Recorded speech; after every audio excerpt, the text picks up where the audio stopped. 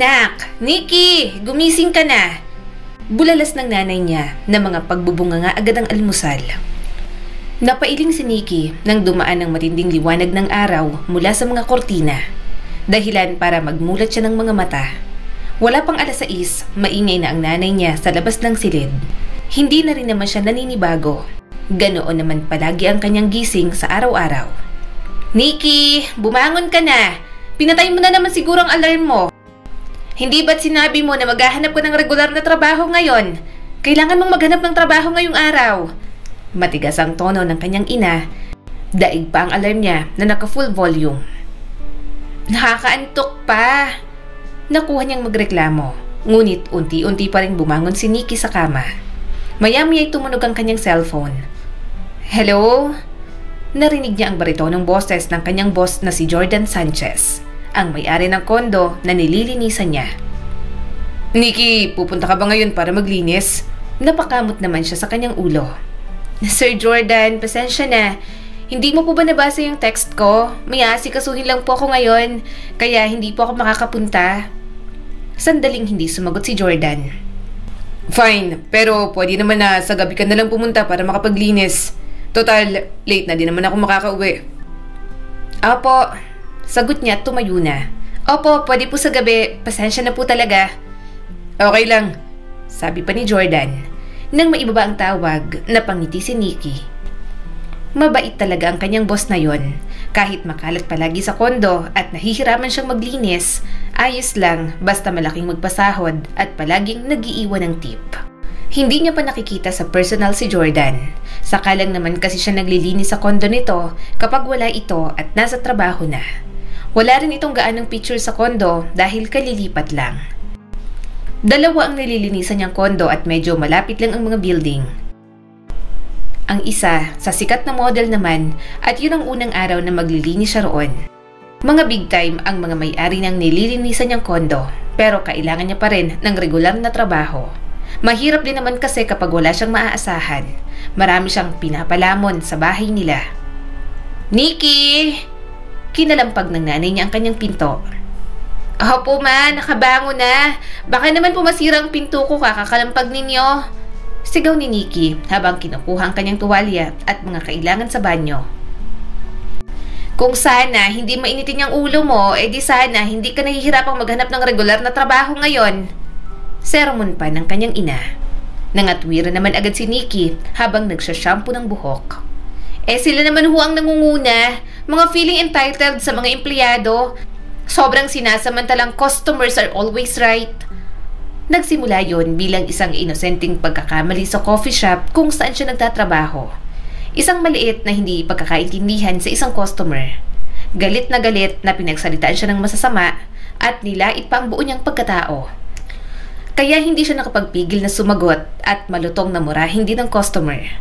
May pag-asa pa sana na hindi siya masibak sa trabaho. Kaso, sa halip na maging mahinahon, pumatol si Nikki na maling-mali sa protocol nila. Kaya agad siyang pinatalsik ng manager. Nahihiya siya, galit sa sarili, ngunit higit sa lahat, takot dahil nawalan siya ng trabaho. May pinag-aralan pa naman siya. Narinig niya pa ang mga sinasabi ng kanyang ina. Kung sana ba naman, naiwan mo ritong ugaling squatter mo at nagtimpi ka na magmura, di sana may trabaho ka pa. Kaso hindi, dinala mong ugali mong kanal sa restaurant na yon. Nagbalot si Nikki ng tuwalya sa kanyang katawan. Ma, siya nga itong ugaling kanal kahit may kaya. Minura niya ako ng English kaya minura ko rin siya ng Tagalog. Ano, magpapamura na lang ako sa kanya?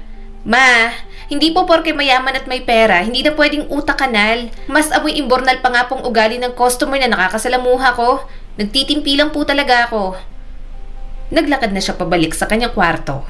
Ngayon, kailangan niyang itulak ang sarili sa kabila ng mga pagkabigo, galit at pagod. Mayroon siyang part-time na trabaho bilang tagalinis sa bahay ng isang mayamang chef na si Jordan. Pero 2 beses lang naman sa isang linggo.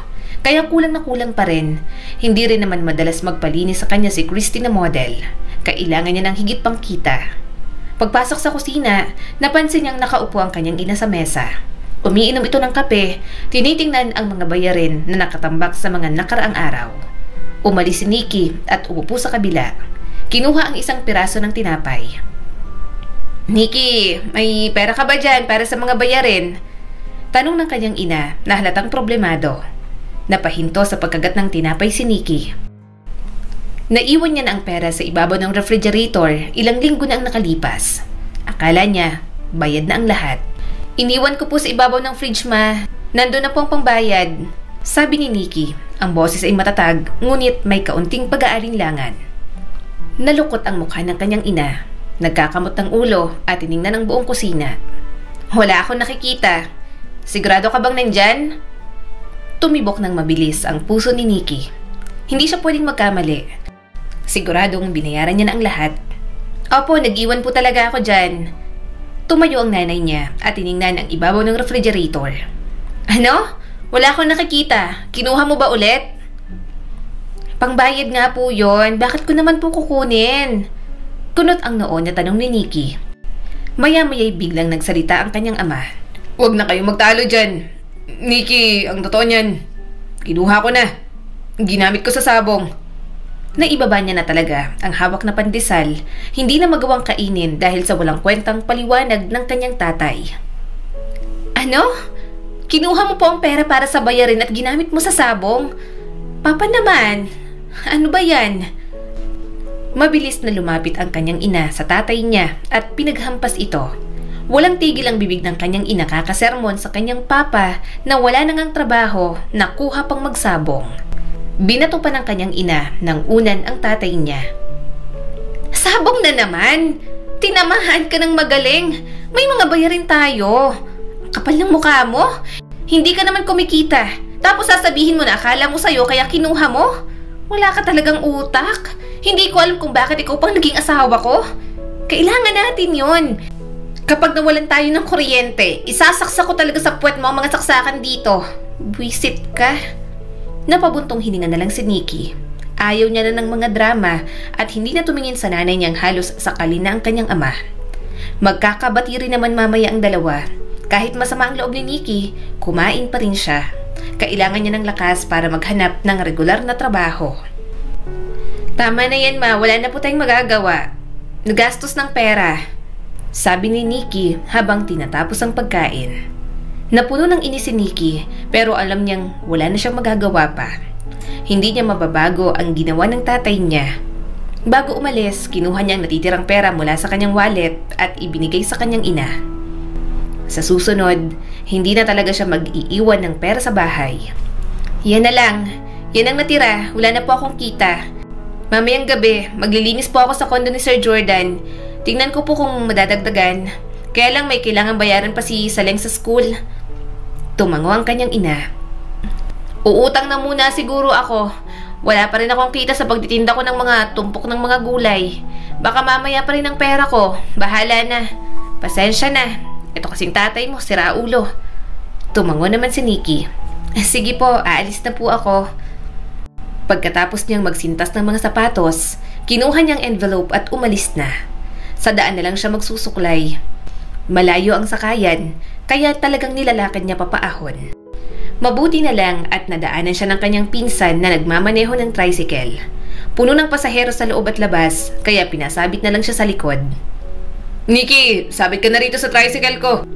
Bulalas ng kanyang pinsan. Napangiti naman siya kaagad at tumayo sa likod. Tinapik niya ang bubong bago nagsalita. Tara na!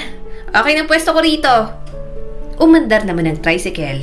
Mabuti na lang na isabay siya ng kanyang pinsan. Kapag nagkataon, pawis na naman siyang aakyat bago pa makarating sa sakayan. Salamat! Nakangiti niyang sabi sa kanyang pinsan. Tumango naman ito at naghatid ng ibang pasahero. Maya-maya'y tumawid na rin naman siya.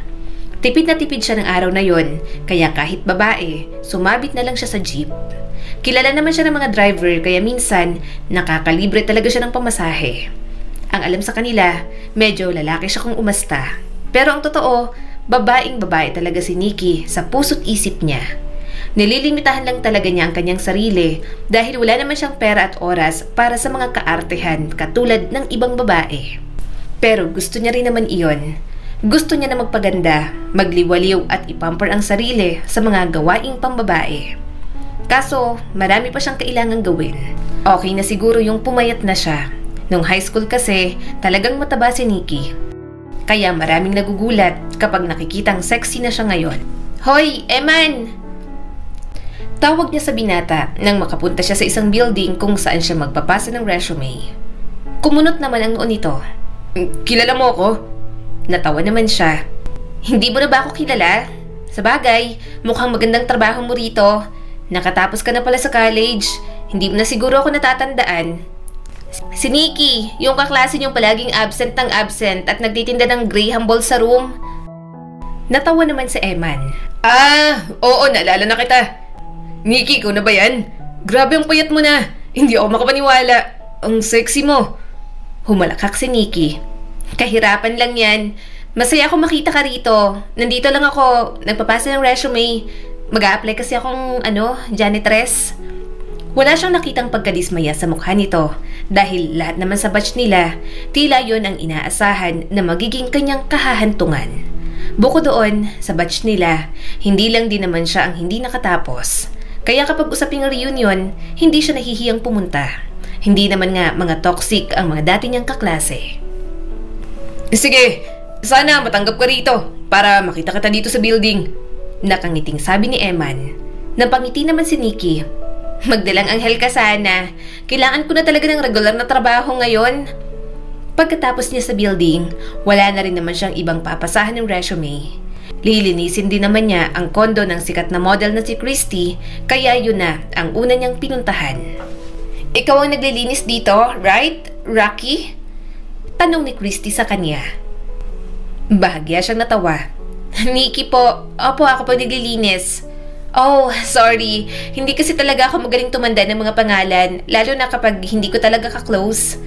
Medyo mataray na sabi ni Christy. But anyway, you can start cleaning na. Aalis din ako mamaya for my shoot. Ayoko lang namin naglilinis dito habang wala ako. Kaya pakibilisan na lang ang paglilinis mo, okay? Tumango naman agad si Nikki. Sige po, maglilinis na po ako. Habang naglilinis, tumatakbo ang kanyang isip dahil kay Christy. Parang dati lang ay nakikita niya ito sa mga magazine at sa mga billboard. Pero ngayon, nakikita niya ng harapan. Talagang walang ka-pores-pores, flawless at glass skin din ang balat. Nahiya ang balat niyang minsan lang malapatan ng lotion. Depende pa sa mood niya dahil talagang nalalagkitan pa siya. Ang ganda ni Ma'am Christy, nakaka-starstruck. Kaya lang parang medyo maarte at masungit. Pero okay lang, maganda naman siya. Nakangiti niya pang sabi. Wala siyang masyadong alam tungkol sa buhay ni Christy. Ang alam niya lang, model nga ito at pausbong pa lang sa industriya. Wala rin namang nalilink na mga lalaki rito, kaya malamang walang boyfriend. Pero mukhang nagkamali si Nikki. Ew! Yak! Bakit may mga tissue dito sa gilid ng kama na may sperm cell? Wala na. Wala na kayong pag-asa maging bata at dumagdag sa populasyon. Bubulong-bulong ni Nikki habang pinupulot ang mga yon. Medyo nandidiri siya habang pinupulot iyon. Kailangan niyang pulutin dahil hindi kaya ng walis at dustpan sa pinakagilid ng kama. Medyo nanginig pa siya nang mahawakan yon. Tuyo na naman pero talagang diring-diri pa rin si Nikki. May kondom pa kaya mahina na lang siyang napamura. Hindi naman kasi siya sanay maglinis ng ganoon. Parang mas okay pa ang bulok at mabahong basura kaysa release ng lalaking hindi man lang na-shoot sa basurahan ang sariling kalat. Alam ko namang kwarto niya to. Siyang may-ari. Pero lintik naman Kapag mga ganito naman, itapon naman sa tamang basurahan. Hindi yung ganito tapos ipapalinis pa sa iba. Mahina niyang reklamo habang kumukuha ng mga bagong bedsheet. Pati bedsheet, hindi mo lang pinalitan. Silang nagjugjugan dito. Hindi mo lang maging responsable sa mga kalat na ginawa. Okay lang naman na maglinis ako pero sana naman, kung private na ginawa, sana tinodo na at huwag nang mag-iwan ng bakas. Kaloka? Ganoon magreklamo si Nikki dahil hindi siya sanay sa mga gawain katulad noon. Hindi pa siya nagkakaroon ng boyfriend, never been kissed and never been touched ang peg niya sa buhay. Wala rin naman siyang maniligaw. Ay, meron pala. Si Bogart na tambay sa kanila na nasuntok niya na nang muntik na siyang mahalikan. Sa magiging asawa niya lang ibibigay ang magiging first kiss niya at lahat ng first. Kapag wala, tanggap niya na lang din na tatanda na lang siyang dalaga. May boyfriend na pala si Ma'am Christy. Siguro pogi ang jowa niya. Siyempre, maganda si Ma'am Christy at sexy, kaya sure na pogi at macho ang boyfriend niya. Sabi niya pa habang pinupunasan ng mga gamit. Kaya lang, ang kalat pa rin nila. Kahit pogi at macho, hindi pa rin marunong ng proper waste management. Nang matapos si Nikki, lumabas na rin naman siya sa kwarto. Habang naghihintay ng kita sa araw na yon, narinig niyang darating ang fiancé ni Christy. Nagulat siya at fiancé na pala. Kaya pala malakas rin ang loob na gawin ang makamundong bagay na yon. May pangako na rin naman pala ng kasal.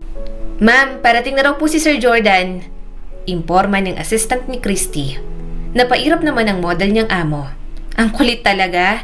Sinabi ko na huwag na siyang pumunta dito. Hindi ko naman siya kailangan ngayon. Alam niyang busy ako, hindi ba?"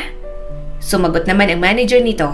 "Huwag kang ganyan. Natural na pupunta yun dito dahil fiancé mo siya." Napasandal sa upuan si Christy habang nilalagyan ng makeup. "Napilitan lang naman ako maging fiancé niya. Nag-propose ba naman sa public? Alam ng lahat na good girlfriend ako kahit ganun siya. Kapag tinanggihan ko, mababash lang ako ng mga tao. Hindi ako magtsatsaga sa kanya, no? Kung hindi lang niya talaga ako tinulungan sa career ko, hindi ako magtitiis sa katulad niya." "Pero wala ka na magagawa. Tita niyang may-ari ng network kung saan ka pumirma ng kontrata ngayon. Okay na yan. Ang mahalaga, hindi siya nakakahadlang sa career mo." Saad pa ng manager ni Christy. Medyo naguluhan si Nikki sa kanyang mga naririnig. Hindi niya maintindihan kung bakit mukhang inis na inis si Christy sa sarili nitong fiancé. May nangyayari na nga sa mga itong kababalaghan pero mukhang inis na inis pa rin. Pero sa bagay, sino ba naman ngang hindi maiinis sa lalaking hindi marunong itapon ang sariling kalat? "Eto ng pera, balik ka sa Wednesday," sabi sa kanya ng assistant pagkaabot sa kanya ng kinita sa araw na yon. Ngumiti naman si Nikki. "Salamat po. Sige po, aalis na po ako." Naglakad na siya papunta sa pintuan. Pagbukas ni Nikki ng pinto, hindi niya alam kung bakit parang naging slow motion ng lahat. Sa harap niya, nakita niyang isang matabang lalaki na nakangiti at may hawak na bouquet ng pink roses. Hindi niya alam kung bakit umawang ang bibig niya sa ngiting iyon ng binatang hindi niya naman kilala at halos mukhang hindi na magkasya sa pintuan. Nawala ang ngiti nito nang ma-realize na hindi siyang hinahanap. "Nasaan si Christy?" "Jordan," tawag ng manager mula sa loob. "Nandito si Christy, kanina ka pa niya hinihintay." Napangiti muli ang binata at lumagpas ang tingin sa kanya. "Sige, papasok na ako." Mabilis namang gumilid si Nikki. Napapikit siya ng maamoy ang pabango ng lalaki. Pamilyar sa kanyang amoy na yon, pero hindi niya lang matandaan kung saan niya huling naamoy. Nang makaalis siya sa kondo ni Christy, hindi niya na napigilang suminghap. Akala niya'y pogi at macho ang fiancé ng kanyang amo. Sobrang taba pala nito. Gayunpaman, hindi maitatanggi na may itsura ang binata. Hindi matatameme ng ganoon si Nikki kanina kung hindi. Mataba si Nikki dati at malaking insecurity niya yon pero alam niyang maganda siya. Siguro, kaya kahit may makita siyang matataba, madali niyang ma-appreciate ang itsura. Medyo nag-expect lang siguro siya dahil model si Christy, kaya physically fit din ang inaasahan niyang magiging boyfriend nito.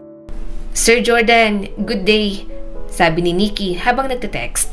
"Papunta na po ako sa kondo mo para maglinis. Nasa ng smiley face dito?" Nang maisan niya yon, naghintay lang siya ng reply.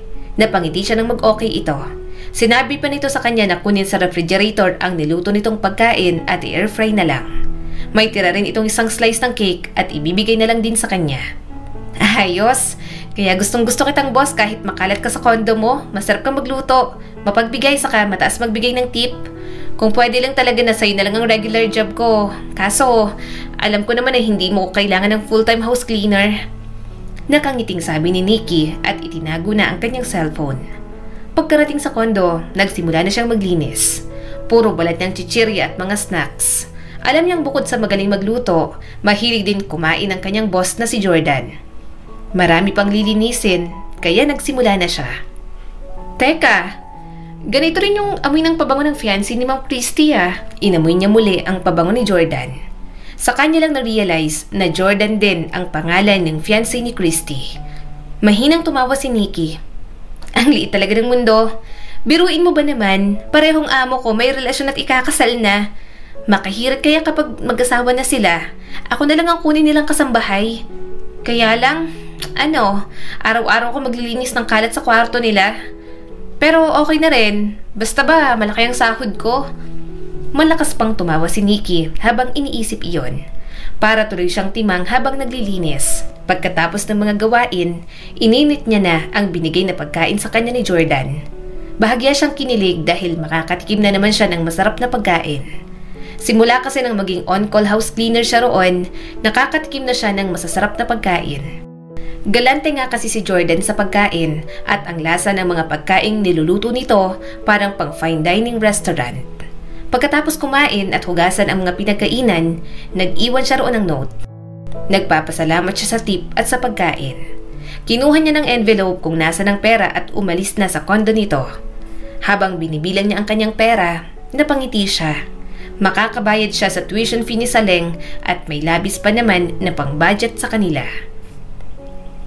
Ate, penging 20, sabi ng kanyang bunsong kapatid pagkarating niya. Nanlaki naman ang kanyang mga mata. Ha? Ano? Para nung isang araw lang 5 piso lang ang hinihingi mo ah. Ngayon 20 na? Abahoy, beauty, may patago ka ba? Pinamaiwangan pa siya ng kanyang kapatid. Siyempre may inflation rate, Ate Nikki. Nagmamahal na ang bigas, pati na rin ang gatas at ang gas. Mahina siyang tumawa at kumuha ng 20 sa kanyang bulsa. Ang dami mong alam kung san-san ka nakikinig. Sige na, ito. Biskwit lang ang bilhin mo ha.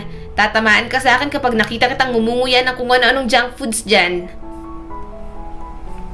Oo, Ate Nikki. Sigaw ng kanyang kapatid at tumakbo na papunta sa tindahan. Napailing na lang siya at pumasok sa loob ng bahay. Pagpasok ni Nikki, pagod na siya kaya binagsak niya ang sarili sa sofa. Gayunpaman, sa halip na makapagpahinga, parang madadagdagan ang pagod niya sa lahat ng kanyang ginagawa. Anong problema? Bakit ganyan ang mga itsura niyo?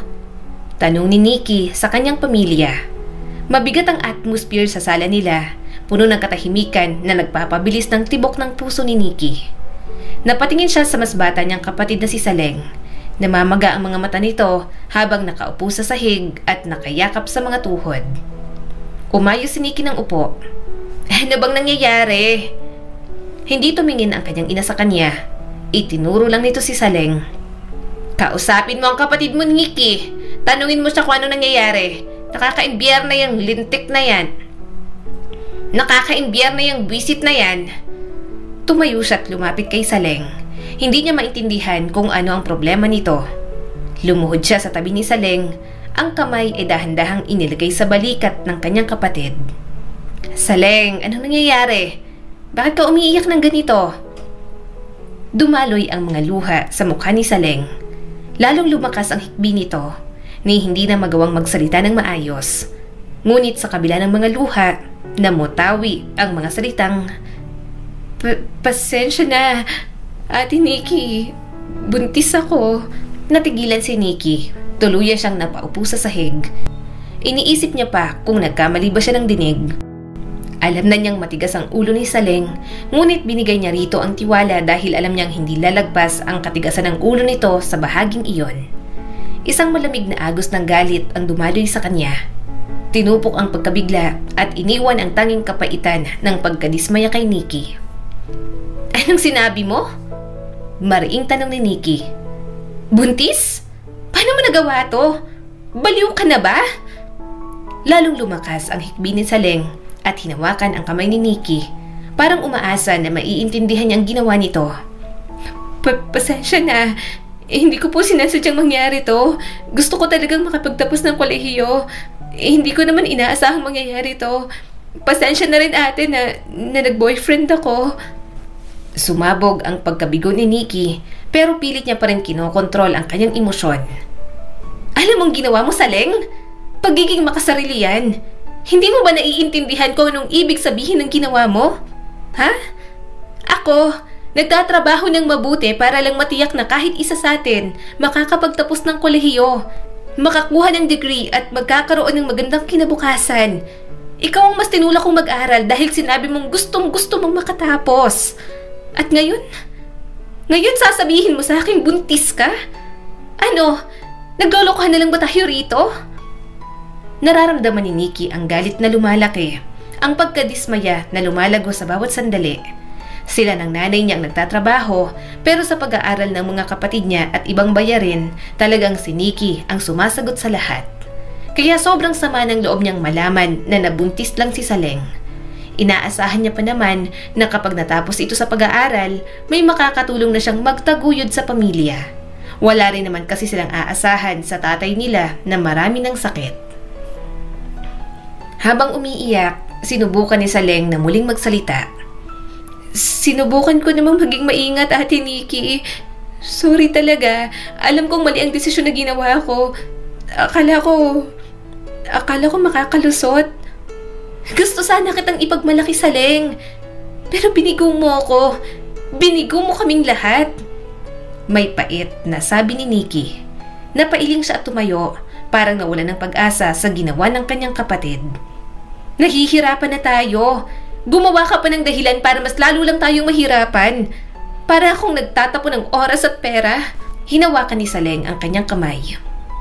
Pasensya na. Pasensya na po, Ate Nikki. Anong gagawin ko, ate? Marahas niyang kinuha ang kanyang kamay. Ewan ko sa'yo. Gagawa ka ng desisyon. Hindi mo alam kung anong gagawin mo? Pumunta ka dyan sa tatay ng anak mo. Pag-usapan niyo kung paano kayo hindi magiging pabigat dito at sa pamilya ng nakabuntis sa'yo. Mas lalong naiyak si Saleng sa mga sinabi niya. Sa sobrang dismay at galit, umalis na muna siya para magpakalma. Wala pa nga siyang regular na trabaho, puro problema pa ang ibinibigay ng kanyang kapatid. Hindi pa siya sigurado kung kaya niyang patawarin agad si Saleng. Sa ngayon, ang tanging magagawa niya lang, lisanin ang bahay na yon, iwan ang bigat ng sandali at bigyan muli ng panahon ng sarili. Ano, may regular job ka na ba? Tanong ng kanyang kaibigan na si Angelo na may-ari ng maliit na gym sa kanila. Wala pa nga. Napakamot siya sa kanyang ulo. Hirap maghanap. Natawa naman ang kanyang kaibigan. Dito ka na lang kasi. Mahina ang kita pero kapag may client, ayos din naman. Wala akong coach sa boxing dito. Pwede ka naman dahil tinuruan kita. Huwag mo na kasing ipilit ang sarili mo sa mga trabaho dyan sa labas. Maton ka naman, nagpipilit kang magtrabaho ng mga pambabae. Napabuntong hininga si Nikki. Babae ako, siraulo ka. Basta, regular job ang kailangan ko. Gusto ko rin namang makaipon. Sarili ko na lang ang aasahan ko. Mag-a-abroad ako. Ako na lang ang mangangarap. Yung mga kapatid ko, mga walang pangarap ang mga tinamaan. May trabaho pa naman ako bilang on-call house cleaner pero hindi sapat. Kaya sige, dyan na muna ako sa pipitsugin mong gym. Sinamaan siya ng tingin ni Angelo. Grabe ka sa gym ko. Uy, kahit ganyan, yan ang gym ko at kahit na mukhang mga kawatan ng mga kliyente, kumikita pa rin naman to, no? Dito ka na.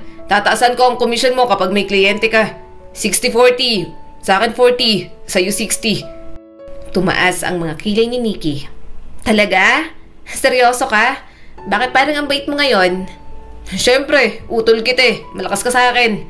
Nakangiti pang sabi ni Angelo. Naiengganyo na siyang tanggapin ang alok nito. Sige, kailangan ko yan. Tapos yung kapatid ko, nagpabuntis pa. Busy talaga. Nababanas pa rin ako. Kapag nakilala ko yung tatay ng anak nun, bibigwasan ko talaga. Bigla namang bumaha ang kaba sa mukha ni Angelo. Buntis si Saleng? Seryoso ka ba?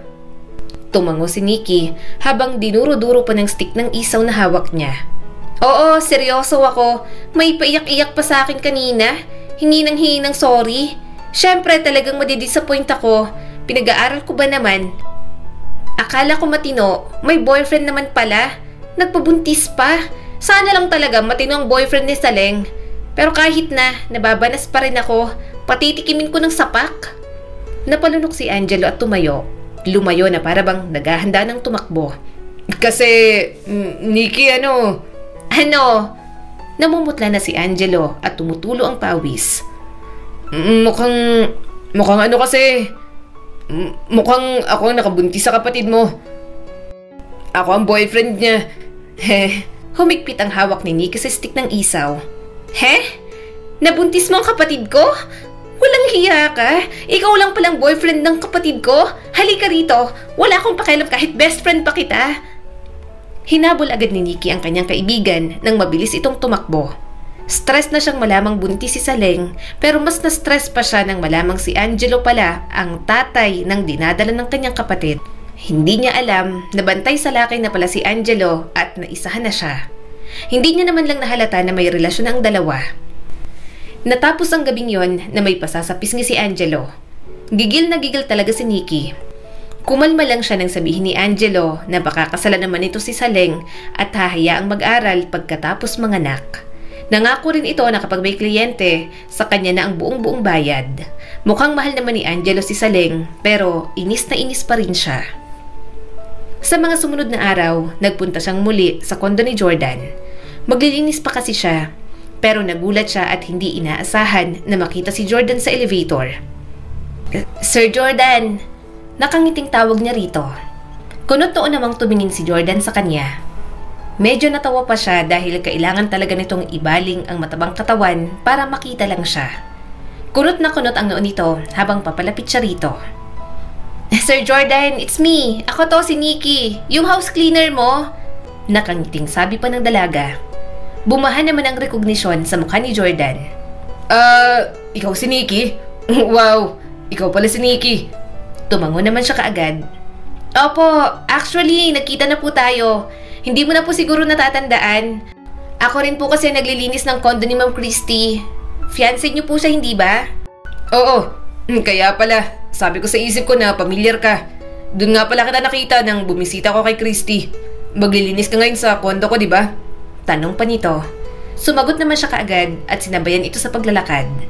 "Opo, so nandun po kayo habang naglilinis ako, Sir Jordan?" Tumango naman ang binata. "Oo, inumaga lang sa restaurant dahil may inaral na recipe. Kwarto ko munang linisin mo. Magluluto ako ng pagkain para sa atin." Nanlaki ang mga mata ni Nikki. "Para sa atin po, Sir Jordan? May pagkain po ako?" Tumawa naman si Jordan. "Oo naman. Ikaw naman, parang hindi ka pa sanay na nag-iiwan ako ng pagkain para sa'yo. Iba lang ngayon kasi lulutuin ko talaga saka magkasabay tayo. Na-appreciate ko kasi ang ginagawa mong paglilinis. Sobrang magaling ka maglinis. Nahanap ko agad ang mga gamit ko. Nagagawa mo rin ang mga bilin ko." Napangiti naman siya kaagad. "Maraming salamat po." "Akala ko medyo matanda ka na. Medyo bata ka pa yata kaysa sa akin ng kaunti. Tomboy ka ba?" Tanong pa ni Jordan. Nanlaki ang mga mata ni Nikki. "Hindi po. Hindi lang po talaga ako mahiling magpahaba ng buhok. Pixie cut po talaga ang gusto ko. Mukha po akong maton pero babaeng-babae naman." Maya-maya'y nakapunta na sila sa tapat ng elevator. Puno na ng tao pero nakisiksik pa rin sila. Nauna na siyang sumakay pero nang sumakay si Jordan, puno na kaya kailangan itong lumabas. Hindi rin kasi magsara ang pinto. Nagreklamo na ang mga tao sa loob at nagtulakan pa kaya tumalsik palabas si Jordan. Nang umalis ito, may pumasok na isa na mas payat. "Ha? Teka, si Sir Jordan," sabi ni Nikki at napatingin sa binata. Ngumiti lang naman ang kanyang amo. "Sige na, mauna ka na. Susunod ako." Nakita niyang munting sakit sa mga mata nito. Alam na alam niya yon. Dati siyang mataba, kaya alam niya ang tingin ng ibang tao sa kanya. Kahit nga sa jeep, ang sama niyang tingin sa kanya kapag 3 space ng upuan ang kanyang nasasakop. Nagagalit pang driver kapag pang isang tao lang ang babayaran niya.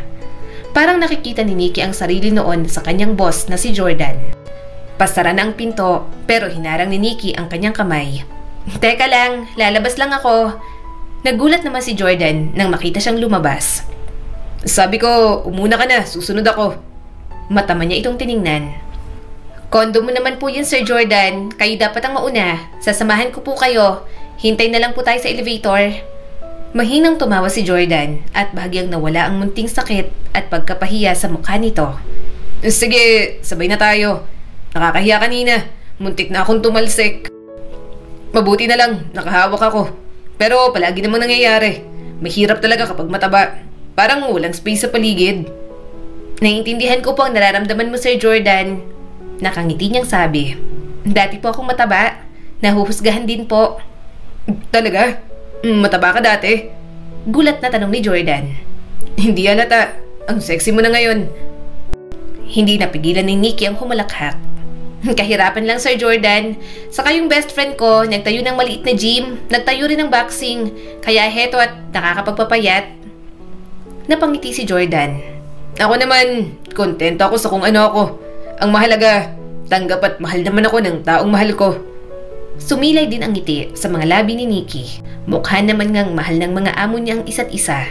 Siya pang naglilinis ng kalat ng mga ito sa kwarto ni Christy. Medyo napangyiwi tuloy siya nang maalala ang mga nilinis niya sa gilid ng kama ni Christy. Hindi na siya magtataka dahil makalat naman talaga si Jordan. Nang makarating sa kondo, ginawa niya na ang kanyang trabaho. Pinakain din siya ng kanyang amo, kaya masayang masaya siya. Kinabukasan, condo unit naman ni Christy ang kanyang lilinisin. Matiwasay siyang naglalakad papunta roon nang biglang mag-doorbell si Nikki. Binuksan agad iyon ng assistant nito. "Pasok ka," sabi nito sa kanya. "Maglinis ka na maliban sa kwarto. Nandun kasi si Ma'am Christy at nagpapahinga." Tumango naman siya at sinunod ang sinabi ng assistant ni Christy. Payapa siyang naglilinis nang biglang may lumabas sa kwarto ni Christy. Wala siyang ibang iisipin na kahit ano, pero tuwalya lang ang takip ng lalaki. Biglang sumunod si Christy at tinawag na babe ang lalaki. Simula ng araw na yon, hindi na alam ni Nikki kung papaano kikilos. Malinaw na ibang lalaki naman ni Christy ang lalaking nakita niya sa condo unit nito. Wala naman siyang pakialam sa mga pinagagagawa ng kanyang mga amo, pero hindi niya alam ang mararamdaman dahil si Jordan ang niloloko. Mabait at inosente ang binata at parang hindi nito deserve na maloko ng ganoon. Yun nga lang, hindi niya alam kung papaano sasabihin kay Jordan. "Kanina mo pang tinitingnan niyang cellphone mo. Anong problema?" Tanong ni Angelo sa kanya. Napabuntong hininga si Nikki. "Ewan ko, hindi ko kasi alam ang gagawin ko. Yung dalawang amo ko, may isang nagloloko. Nakita ko kanina na may kasama sa kondo. Mukhang ibang lalaki yata. Ngayon kasi hindi ko alam kung tama bang mangialam ako at sabihin kay Sir Jordan ang nakita ko. Hindi ko alam ang gagawin." "Mabuti pa, huwag ka na lang mangialam. Magpatay malisya ka na lang siguro." Mungkahi ni Angelo sa kanya. "On call ka lang naman sa mga mayayaman na yan. Hindi ka naman nila talaga as in kasama sa buhay. Hayaan mo na lang sila sa problema nila. Malalaki na sila at kaya na nila yan." Napabuntong hininga si Nikki. Mas lalo lang bumigat ang kanyang loob. Medyo naawa lang siya kay Jordan. Mabait ang binata at mukhang inosente sa lahat. Akala niya ay masaya ang mga ito, yun naman pala ay may kalokohang ginagawa si Christy. Kaya kahit mabigat sa kalooban, katulad ng bilin ng kanyang kaibigan, hindi na nga muna siya nangialam. Kahit inuusig siya ng kanyang konsensya, hindi niya pa rin sinabi. Total ay hindi niya rin naman ulit nakita ng personal si Jordan. Pero iba ng araw na yon. "Sayang naman, favorite model ko pa naman yan. Parang maganda at mabait pero manluloko pala," sabi ng isang nasa gym. Tiningala ni Nikki ang TV sa loob ng gym. Lumabas siya ng boxing ring at nagtanggal ng gloves. Nakita niya roon na mukhang nahaharap sa iskandalo si Christy. Nalaman nga na may third party ito. "Pero mabuti nga't niloko niya. Kahit naman ako, hindi ko gustong mapapangasawa niya yung matabang chef na yon," sabi naman ng isa pang nagbo-workout sa gym. "Ang taba-taba, hindi sila bagay ni Christy na model at maganda. Siguro, ginamit ang pagiging kamag-anak ng mga big boss sa station nila para mapasagot si Christy.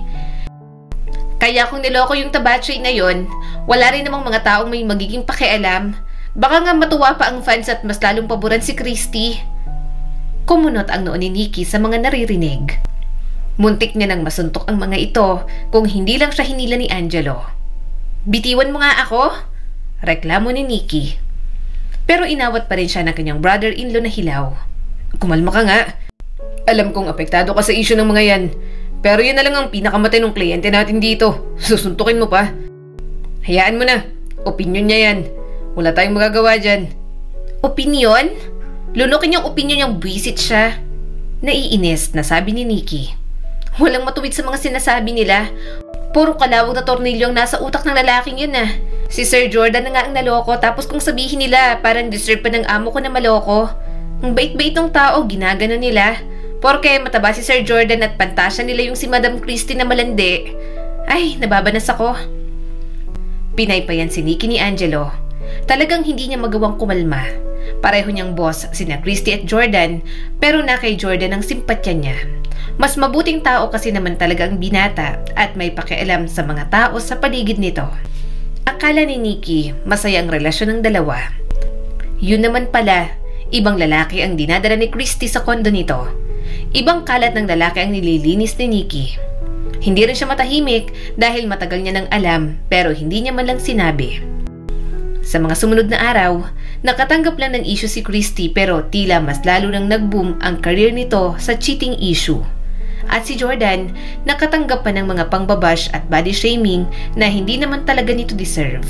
Kaya kumukulo talaga ang dugo ni Nikki at nakikipag-away kung kani-kanino kapag may nagtatanggol sa mga panloloko ni Christy. Magpapalinis si Ma'am Christy ng kondo, sabi ng assistant sa kanya nito nang tumawag sa kanya isang araw. Napapikit si Nikki sa inis kung hindi niya lang talaga kailangan ng trabaho. Sige po ma'am, pupunta na po ako dyan. Kinuha niya ng bag sa counter at umalis na sa gym. Pagkarating sa building, sobrang bigat ng kanyang mga paa. Parang ayaw niya nang pumunta sa kondo ni Christy. Gayunpaman, kailangan niya pa rin gawin ang trabaho. Pero parang sumugat sa kanyang puso ang nakitang eksena. Christy, sandali lang, bulalas ni Jordan. Pag-usapan natin to, please. Alam kong kaya pa natin tong ayusin. Kaya kitang patawarin. Handa akong kalimutan lahat. I love you. Mapaklang tumawa si Nikki at bubulong-bulong habang pinagmamasdan si Jordan na magmakaawa kay Christy. Martirang loko. Niloko na nga. Magkukumahog pang bumalik. Sira ulo. Dapat suntok ang binibigay, hindi magmakaawa. Walang hiya. May sinasabi ka? Tanong ng assistant ni Christy. Umiling naman si Nikki at pinilit ng umiti. Ah, wala. Tumingin ito sa sala kung nasaan sina Jordan at Christy. Alam kong kahit on-call house cleaner ka lang dito, may pinirmahan ka pa rin kontrata. Lahat ng makikita at maririnig mo, lalong-lalo na kay Ma'am Christy, hindi pwedeng makalabas. Seryosong tumango si Nikki. Oo, naiintindihan ko naman. Wala naman akong nilalabag na kahit na ano. Nang makaalis ito sa harap niya, nagtiimbagang na lang siya. Kunyari, nagsimula na siyang maglinis. Naririnig niya pa rin mula sa sala ang boses ni na Jordan at Christy. Gustong-gusto niya na lang hilahin si Jordan doon at sapakin ng isang beses. Ipamukha rito na hindi dapat ito nagmamakaawa sa manlolokong katulad ni Christy. Ayoko na, Jordan. Napilitan lang naman talaga ako sa'yo. Please, humupa ng issue. Sabi pa ni Christy. Kalmado ang boses pero puro kalokohan naman ang ginagawa. Pupunta na ako sa parties for my career. Hindi na ako makikipagbalikan sa'yo. Hindi na kita mahal, kaya tantanan mo na ako. Kahit umiyak pa si Jordan, ayaw na talaga ni Christy. Umalis ito ng kondo na walang napala. Napailing na lang si Nikki. Gusto niyang sundan si Jordan pero pinigilan niya lang ang kanyang sarili. Pero nang matapos ang trabaho niya sa kondo ni Christy, namalayan niya na lang na nasa harap na siya ng kondo ni Jordan. Ano bang ginagawa ko rito? Mahinang tanong ni Nikki sa sarili. Bukas pa naman ang schedule ko ng paglilinis. Wala dapat ako rito. Baka anong isipin niya kapag nandito ako. Kaya kahit gusto niyang kumustahin si Jordan, hindi na siya tumuloy sa kondo nito. Hindi naman kasi sila magkaibigan para damayan niya pang lalaki. Maluwag siyang napapasok ng guard sa building dahil binilin nga ni Jordan. Pero yun at sinamantala niya naman. Napabuntong hininga si Nikki at pinindot ang elevator. Anong gagawin ko? Nakokonsensya talaga ako. Kawawa naman si Sir Jordan. Pagbukas ng pinto ng elevator, nanlaki ang kanyang mga mata nang makita roon si Jordan. Lasing na lasing at nakasalampak sa sahig ng elevator ang binata. Sa laki nito, halos masakop na talaga ang buong sahig. Mukhang lasing na lasing at hindi na makatayo. Sir Jordan, bakit po kayo dito natutulog? Sir Jordan, gising! Kailangan mo pong pumunta sa kondo mo. Sabi ni Nikki at marahan itong tinapik sa mukha. Umungot lang naman si Jordan. Christy! Napakamot si Nikki sa kanyang ulo. Niloko ka na nga, Christy pa rin. Ano bang nagustuhan mo ron? Maganda at sexy lang naman. Umungo lang si Jordan at mas lalo pang humiga sa sahig ng elevator. Mas lalo tuloy siyang ng problema. Sinubukan niya itong buhatin pero may tumunog sa likod niya. Ah! Aray, ang sakit! Daing ni Nikki at napaupo na rin sa sahig ng elevator. Ang bigat mo. Akala ko naman na kahit mo-workout ako, kaya kitang lalaki ka. Wala siyang choice kundi humingi ng tulong sa mga gwardya. 5 lalaki pa ang nagtulong-tulong. 5 lalaki pa ang nagtulong-tulong dahil mas mabigat talaga si Jordan kapag nalalasing. Nang mailapag sa kama ang binata, hingal na hingal ang mga guard na tumulong sa kanyang amo. "Salamat po, maraming salamat," sabi ni Nikki habang yumuyuko. Maya-maya ay umalis na rin naman ang mga ito. Tiningnan ni Nikki ang buong paligid. Napakamot siya sa kanyang ulo nang makitang makalat ang buong kondo. Ang dami ring bote ng alak kung saan-saan. "Hi, rest in peace sa atay mo, Sir Jordan," sabi ni Nikki habang nagsisimulang maglinis. "Kung ganito ang paraan mo para makalimot, hello, liver transplant ka talaga." Nang bahagyang mapulot ang mga kalat, si Jordan naman ang kanyang inasikaso. Amoy suka ang binata, kaya hinubara niya ng polo. Kahit may aircon, pawis na pawis siya dahil sa laki ni Jordan. Bago pa niya makalas ang isang butones, inabot pa ng ilang segundo. Hinubad niya rin ang pants nito. Lahat ng yon, ginawa niya ng walang mali siya kundi pagtulong lang ang kanyang iniisip. Nang maayos niya na si Jordan, bumalik na siya ulit sa kanyang paglilinis. Nagluto na rin siya para may makain ito pagkagising.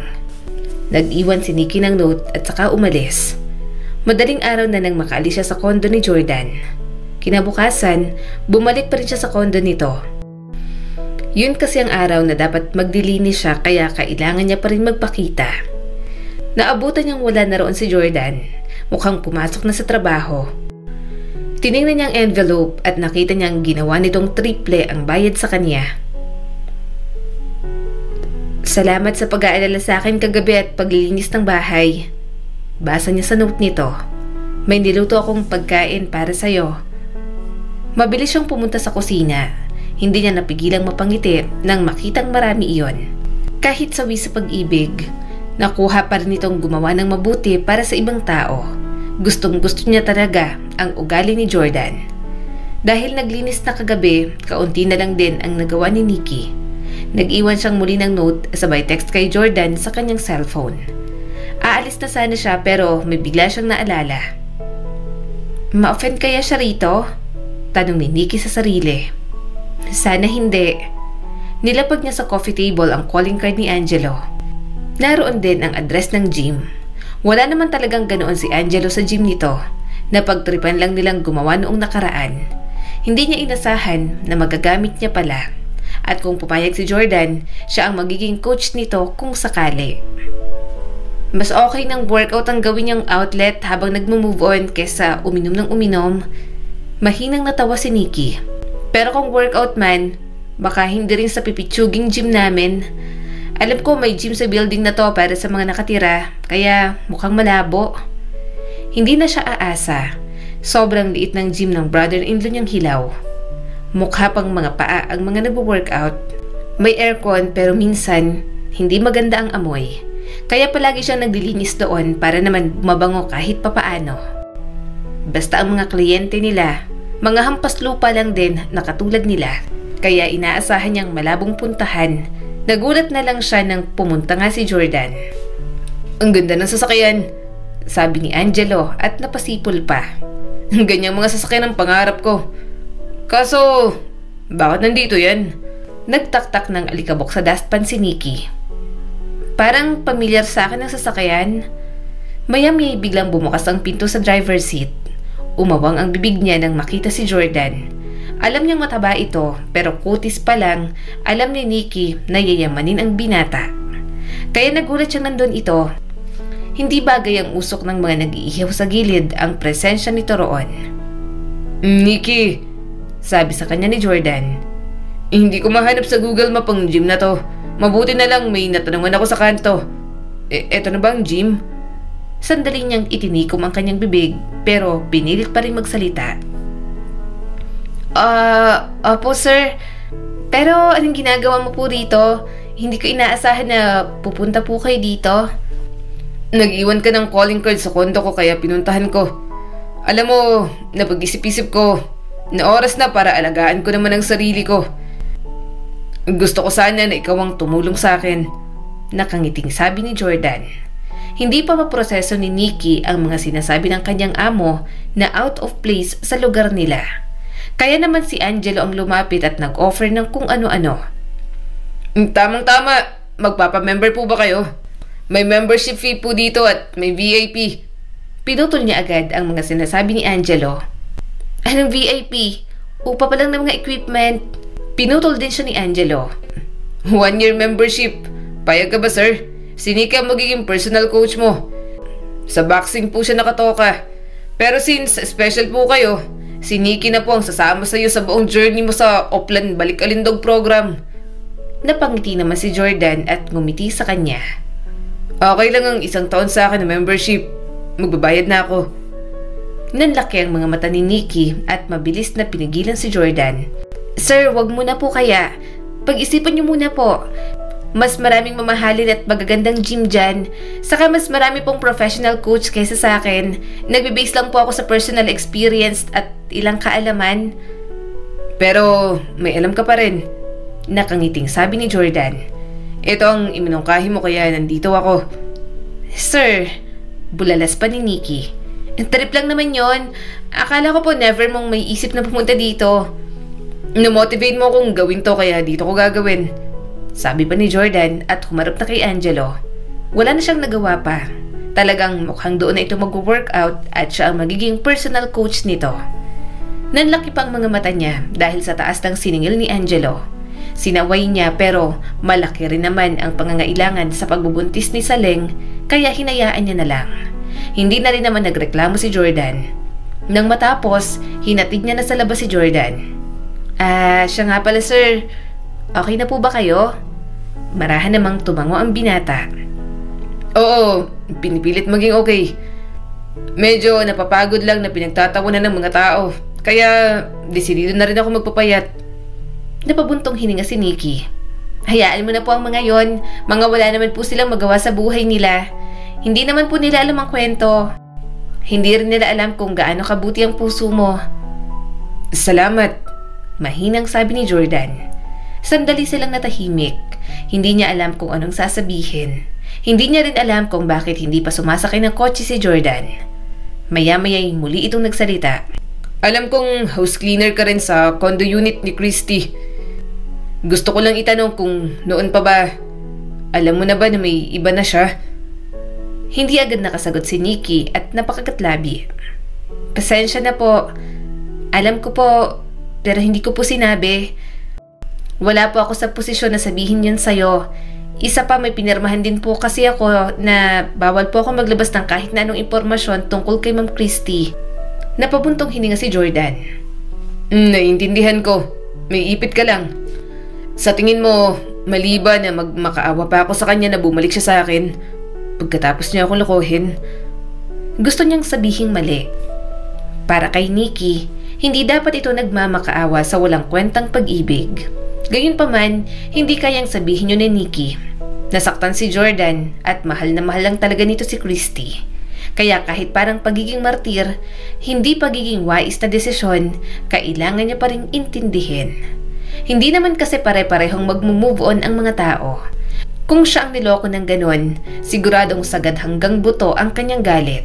Pero iba si Jordan, parang walang lugar ang galit sa puso nito. Masasaktan, madudurog, pero muli ring maghahanap ng mga magagandang bagay sa bawat sitwasyon.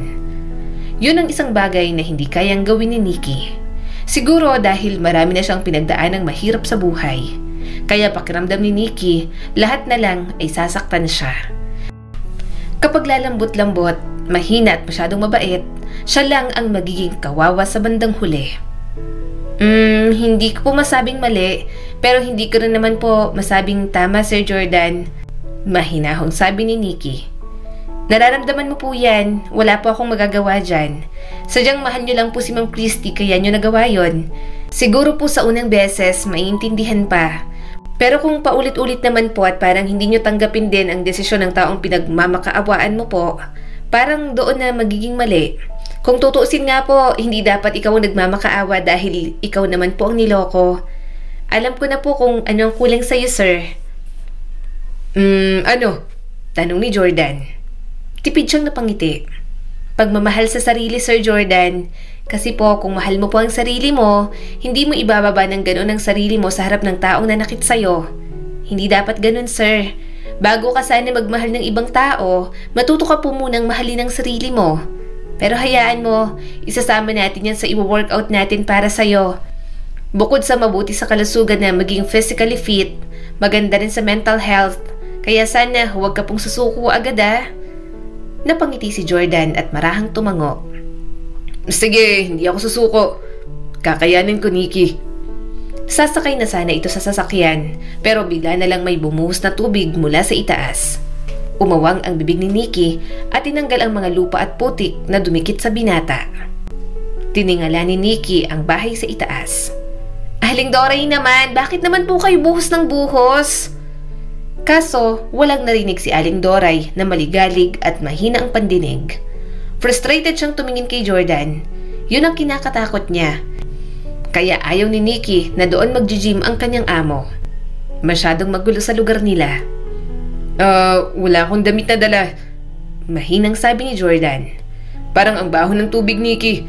Baka dumikit ang amoy ko sa sasakyan. Napakamot si Nikki at hinila papasok sa gym si Jordan. May banyo rito, sir. Maligo ka na muna. Sa damit mo, mukhang wala tayong mahihiraman. Kailangan ko pong bumili. Ibibili po kita. Ano, sir? Napakagat si Jordan sa labi nito. Plus size na extra ang size ko. Sa mall mo pa kailangan bumili. Baka maging hassle sa'yo. Pwede namang pumunta ka na lang sa kondo ko tapos ikuha mo ko ng damit. Tumango agad si Nikki. Apo, sige po. Sorry po talaga, Sir Jordan. Kung i-refund mo na po ang membership mo dito at magbago ang isip mo, okay na okay lang po sa akin. Mahina namang tumawa si Jordan.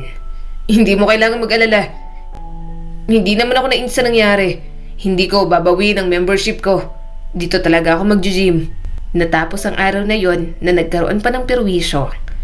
Gayunpaman, desidido talaga si Jordan na sa kanya na magpatulong magpapayat. Kaya tutulungan niya na ito. Nakikita niya kasi talaga ang kanyang sarili noon kay Jordan. Kaya kinabukasan, nagsimula na agad sila. Nandiyan ang big time client natin, Hipag. Nakangiting sabi ni Angelo. Ikaw nang bahala Alagaan mo. Napairap naman si Nikki. Oo. Isang maliwanag at malamig na umaga nang pumasok si Jordan sa gym. Hinanda niya naman ang listahan ng mga gagawin nito. Good morning! Bati ni Nikki at tinuro ang timbangan. Tungtong ka rito para malaman ko ang timbang mo at starting point natin. Every week, magkakaroon tayo ng target kilos or pounds na mababawa sa'yo. Natigilan si Nikki nang may inabot sa kanyang paper bag si Jordan. Pinagluto kita ng breakfast at dinner. Tinanggap niya yon. Medyo napangiti sa pagiging maalalahanin ng binata. Salamat, Sir Jordan. Pero mukhang mahihirapan tayo sa diet mo. Magaling kang magluto. Mahilig ka rin kumain. Marahan namang tumango si Jordan. Iyan nga din talagang problema ko. Masarap kumain kaya ang hirap tanggihan. Pero desidido naman akong pumayat. Kaya titiisin ko muna. Magluluto lang ako ng masasarap na pagkain pero babawasan ko ng pagiging matakaw ko. Napangiti siyang muli. Tama yan. Simula ngayon dapat mag-set ka na ng disiplina para sa sarili mo. Sige na, Jordan. Gawin na natin to. Sigaw niya habang umingiti. Si Nikki ay palaging larawan ng kumpiyansa pero hindi siya ipinanganak na ganoon. Bago siya naging malakas at disiplinadong babae, tulad lang din siya ni Jordan noon. Walang tiwala sa sarili, nakikipaglaban sa mga isyu sa kabataan niya at nararamdaman na hindi maganda ang sarili. Inilabas ni Nikki ang kanyang cellphone at nag-swipe ng ilang mga larawan. At nahanap ang isa sa mga hinahanap niya. Ipinakita niyang screen kay Jordan. Eto ako nung high school, sabi ni Nikki. Insecure ako nung mga panahon na yan. Palagi pa akong pinagtatawanan. Tumingin si Jordan sa larawan. Bahagyang lumaki ang mga mata. Sandali, ikaw ba to? Ang layo ng ipinagbago mo. Ngumiti si Nikki. Alam ko, mahirap paniwalaan, di ba? Pero yan ang totoo. Ako yung matabang palaging pinagtatawanan na babae nung high school. Hindi napigilan ni Jordan ang mapangiti. Cute ka pa rin naman. Tumawa si Nikki. Salamat. Pero alam mo ba, sexy na ako ngayon. Kita mo naman, hindi kasing sexy ng mga modelo dyan. Pero tama na para masabing fit. Nagkaroon ako ng disiplina sa sarili ko, kaya hindi rin ako nahirapan. Natutunan ko na sa pamamagitan ng sipag at consistency, maaari ko pang baguhin ang aking sarili at maging mas maganda. At ganito rin ang gagawin mo, Jordan. Inaasahan niya na tumimo ang mga salita niya kay Jordan. Hindi lang ito nandoon para magbawas ng timbang o maging fit. May mas malalim pang dahilan. Hindi lang gusto ni Nikki na tulungan ito sa pisikal na paraan, kundi gusto niya ring baguhin ang pananaw ng binata sa buhay nito. Simulan na natin, sabi ni Nikki at inakay si Jordan malapit sa treadmill. Mag-warm up muna tayo at pag-usapan natin ang magiging motivation mo para magpapayat. Habang nagsimula si Jordan na maglakad ng maayos, hindi tinanggal ni Nikki ang kanyang mata mula sa postura nito. Mahilig siya sa mga detalye. Tinitiyak niyang hindi siya mag-o-overdo o magpapabaya. So, Jordan, tanong ni Nikki habang binabantayan ang bawat galaw nito. Anong motivation mo? Bakit mo gustong magbawas ng timbang? Ano ang nagtutulak sa'yo na pumunta dito ngayon? Bumagal ng kaunti ang paglakad ni Jordan habang hawak ang mga handle. Gusto kong patunayan sa lahat na kaya ko maging better. Ayokong tawagin ako mataba, baboy o pagtawanan ako. Gusto kong patunayan sa kanila na kaya kong gawin to. Gusto kong ipakita na mali sila. Tumango si Nikki. At ang ex-fiancé ko na si Christy. Dagdag pa ni Jordan at halatang nasasaktan pa rin. Niloko ako at gusto kong ipakita sa kanya na kaya kong maging better kesa noon. Papatunayan ko sa kanya na maling pinagpalit niya ako sa lalaking yon. Gusto kong makita niya kung anong sinayang niya. Gusto kong maghinayang siya, maghabol at ipapakita ko sa kanya na kaya ko mag-move on. Tumigil si Nikki sa pagsusulat. Nagbago ang kanyang mukha at lumapit siya kay Jordan. Humalukip-kip siya at pinatay ang treadmill. Stop! Malamig na sabi ni Nikki. Natigilan si Jordan, nagulat sa bigla niyang pagbabago. Ano? Bakit? Malalim na huminga si Nikki. Hindi mo to ginagawa para sa iba kundi para sa sarili mo. Yun dapat, Sir Jordan. Kung nandito ka para patunayan sa ibang tao ang sarili mo, hindi ka magtatagal. Dumedepende ka sa ibang tao. Paano kapag nawala ang mga dahilan na yan? Pumayat ka man, parang walang silbi. Kung ginagawa mo to para sa paghihigante o para ipakita sa iba na kaya mo maging mas magaling, na manghihinayang sila sa'yo, kailangan nating tumigil ngayon din. Umawang ang bibig ni Jordan. Nikki, hindi mo ba naiintindihan? Tungkol to sa'yo, Sir Jordan. Patuloy ni Nikki at mataman itong tiningnan. Tungkol ito sa pagiging mas healthy, mas malakas na version ng sarili mo. Tungkol ito sa kung anong nararamdaman mo kapag tiningnan mo ang salamin, hindi kung anong iniisip ng iba o kung anong sasabihin ng ex-girlfriend mo. Kung hindi mo kayang gawin to para sa sarili mo, walang mangyayari at walang kabuluhan kung sakaling pumayat ka man. Tataba ka lang ulit. Dadating ka ulit sa point na papabayaan mo lang ang sarili mo. May iwan ka lang sa cycle ng pagpapakita sa mga tao na nag-improve ka at hindi ka magiging masaya. Umalis ito sa treadmill at tumayo sa kanyang harapan. Mukhang na-guilty sa mga sinabi. Pero hindi yun ang gusto ni Nikki na maramdaman nito. Kung makakaramdam ito ng guilt, yun ay para sa sarili at hindi para paluguran siya o ang ibang tao. Hindi niya inaasahan na ganoon kalakas ang epekto ng kanyang mga salita. Ngayon, Jordan, sabi ni Nikki ng mahinahon pero matatag. Ano ang magiging desisyon mo? Ginagawa mo ba ito para sa sarili mo? Oo, sabi niya at dahan-dahang tumango. Oo, para sa sarili ko. Gusto kong maging masaya para sa sarili ko. Ngumiti si Nikki. Yan ang gusto kong marinig. Ngayon, balik na tayo sa ginagawa mo. Yan ang palagi mong isipin. Palagi mong unahin ang sarili mo para alam mo kung papaano pahalagahan at mahalin. Nagsimula na nga sila sa kanilang goal. Yon ay ang bawasan ang timbang ni Jordan. Nakikita niya namang desidido ito, kaya natutuwa rin siyang maging personal coach. Yun nga lang, pagdating sa pagkain, talagang hirap na hirap ito. Nikki, wag to, paborito ko to. Parang maiiyak na sabi ni Jordan sa kanya. Pero inagaw niyang paborito nitong junk foods. Hindi pwede, may goal kang magpapayat. Dapat may healthy lifestyle ka. Magbago ka ng mga kinakain mo. Kapag naglilinis ako rito, sobrang daming balat ng junk foods. Actually, hindi rin naman ito goal na para pumayat ka. Mabuti rin para sa health mo. Ang takaw mo sa junk foods, kawawang kidney mo. May takas na luha sa mga mata ni Jordan. Kahit ngayong gabi lang, Nikki. Pagkatapos nito, hindi na ako kakain yan. Susulitin ko na lang. Sige na. Please. Parang awa mo na. Kung hindi na ako makakatikim, kahit ngayon na lang. Hayaan mo naman akong mamaalam.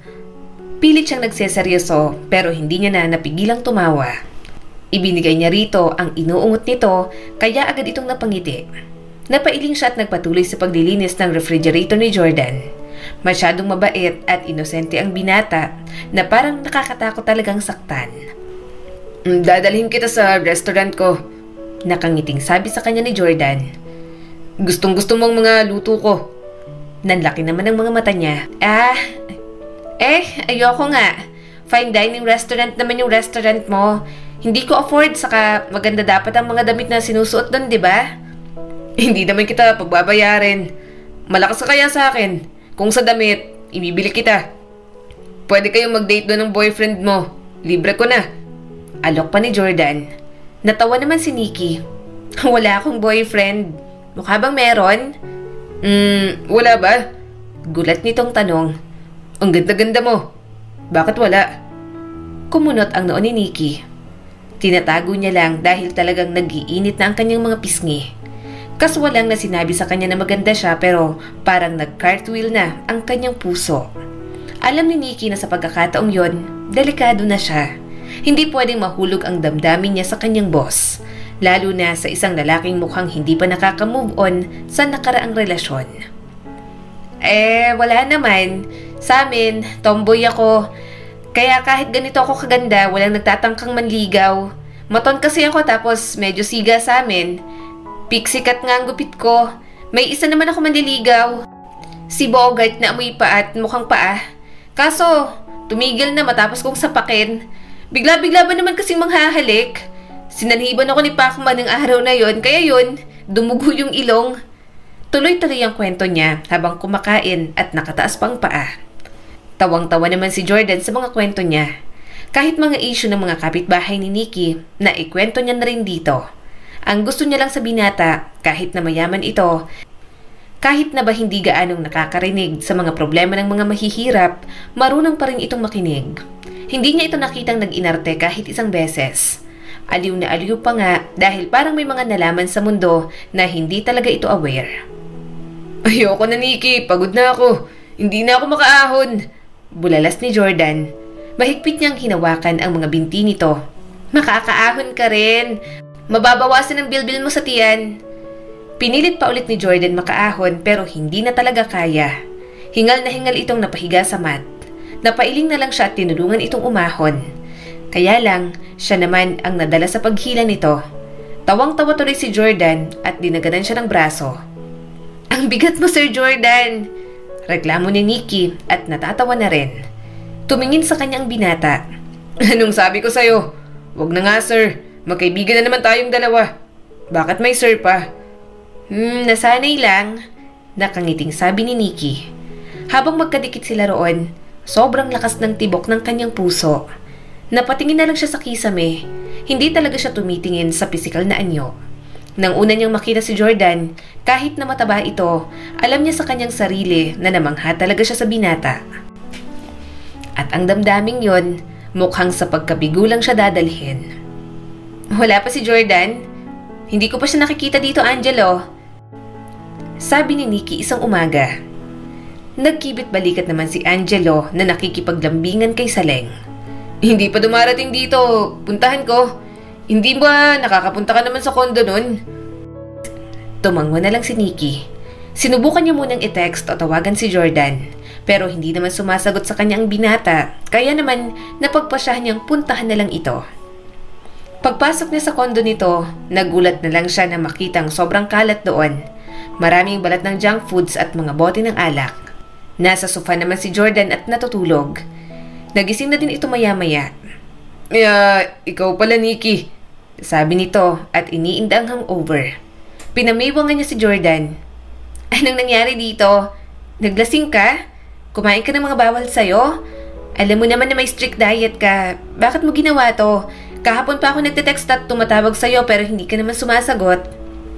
Umiwas ng tingin si Jordan at seryoso ang mukha. Bumalik na siya mula sa Paris. Bumalik na si Christy. Kaya ako ganito kasi naapektuhan pa rin ako. Napalunok si Nikki. Ilang buwan na ang lumipas. Akala niya naman nakalimutan na nito si Christy. Hindi na rin naman kasi nababanggit ni Jordan ang tungkol dito. Pero mukhang nagkamali siya at nakaka-frustrate lang dahil hindi nito magawang mag-move on sa taong nanloko dito. Oh? Ano naman kung bumalik ng ex-fiancé mo? Naiiritang tanong ni Nikki. Hindi mo ba pwedeng ipagpaliban muna yan? May diet ka. May routine kang sinusunod. Nakalimutan mo na bang disiplina? Ang motivation, ang goal mo. Bumalik lang si Ma'am Christy. Parang kinalimutan mo na ang lahat ng pinaghirapan mo ng ilang buwan. Naiiritang tumingin sa kanya si Jordan. Hindi mo alam kung anong nararamdaman ko. Hayaan mo naman akong huminga. Napapagod din naman ako. Nasasaktan ako. Kaya bigyan mo ako ng oras sa mga bagay na gusto kong gawin. Sino ka ba para magsalita ng ganyan? Wala kang alam sa buhay ko. Hindi tayo magkakilala kaya huwag kang mangialam. Tila may kumurot sa kanyang puso. Bakit hindi ako mangingialam? Personal coach mo ako sa pagpapayat mo. At kasamang pagdidisiplina ko sa'yo sa strict diet mo. Ngayon, mukhang hindi ka naman na-motivated magpapayat. Kaya sige, wag na. Hindi na ako mangingialam. Tumigil ka na dahil sigurado akong wala kang patutunguhan kung babalik ka pa sa gym. Huwag kang mag-alala. Ibabalik namin ang binayad mo sa membership mo. Tumigil ka na lang. Pagkatapos niyang sabihin ang lahat ng yon, mabilis siyang umalis sa kondo ni Jordan. Habang naglalakad, hindi niya napigilan ang kanyang mga luha. Hindi niya alam kung para saan ang mga luhang yon. Para ba sa hindi nito pagsunod sa kanya bilang personal coach? O dahil nasasaktan lang siyang malaman na hindi pa pala nakaka-move on si Jordan sa ex-fiancé nito. Sira ulo ka, Nikki. Saway niya sa kanyang sarili. Huwag ka kasing mangarap ng hindi magiging sayo. Malabong magustuhan ka ng ganong klase ng tao. Kalimutan mo na si Jordan. Walang patutunguhan yung nararamdaman mo. Mabilis niyang pinunasan ng mga luha. Yun ang unang beses na iniyakan niyang isang lalaki. Hindi pa siya nagmamahal bukod sa pamilya niya na puro sakit ng ulo. At ngayong mukhang nagmamahal na siya, wala naman siyang maaasahang kapalit. Hindi siya kayang mahalin pabalik. Mananatili lang yon na one-sided at laman ng kanyang mga pantasya. Umamin ka nga, sabi sa kanya ni Angelo. Ano naman? Tanong niya habang naglilinis sa gym. May gusto ka kay Sir Jordan, ano? Pinaningkitan siya nito ng mga mata at mataman siyang tiningnan. Namumugto ang mga mata mo. Broken-hearted ka, no? Napairap naman si Nikki. Tigilan mo ako. Wala akong panahon sa mga kalokohan mo. Tumawa naman ang kanyang kaibigan. Bago mo ako maging hipag na hilaw, best friend mo ako. Utol kita. Maton ka pero malambot ang puso mo. Babaeng babae ka pa rin. Mga tingin mo pa lang kay Sir Jordan kapag nandito. Alam na alam ko may gusto ka na doon. Ganyan din ako tingnan ni Saleng kaya alam ko. Umiwas siya ng tingin at inayos ang mga dumbbells. Oh, anong gagawin ko kung gusto ko nga siya? Hindi naman makamove on sa ex-fiancé niya. Ako naman kasing parang ewan.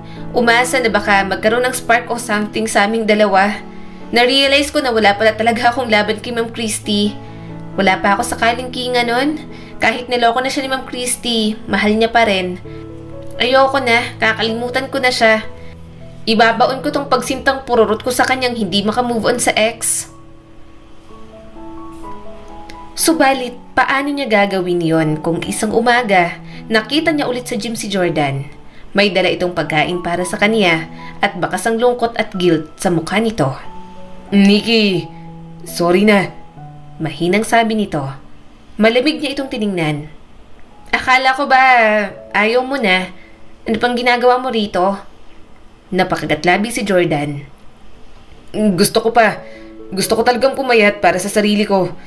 Pasensya na sa mga sinabi ko. Nasasaktan lang talaga ako. Hindi na mauulit. Promise. Nilagpasan niya lang ito. Umalis ka na. Kung gusto mo, sa ibang gym ka na lang pumunta. Yung mas maganda at kayang i-handle ang pabago-bago mong gusto sa lifestyle mo. Nikki naman. May pagsusumamo sa boses nito. Gusto ko rito. Gusto kong ikaw ang tumulong sa akin. Ikaw lang ang makakapag-handle sa akin. Sorry na. Please. Alam kong mali ang mga sinabi ko. Nagalit ka kasi hindi ko sinunod ang mga sinabi mo. Hinawakan ni Jordan ang kanyang braso. Napapitlag naman si Nikki. Sobrang apektado sa haplos na yun ng binata. Mabilis siyang umiwas at pinilit na magmukhang naiinis kahit na para na siyang hinihele ng boses nito. Nikki, sorry na nga.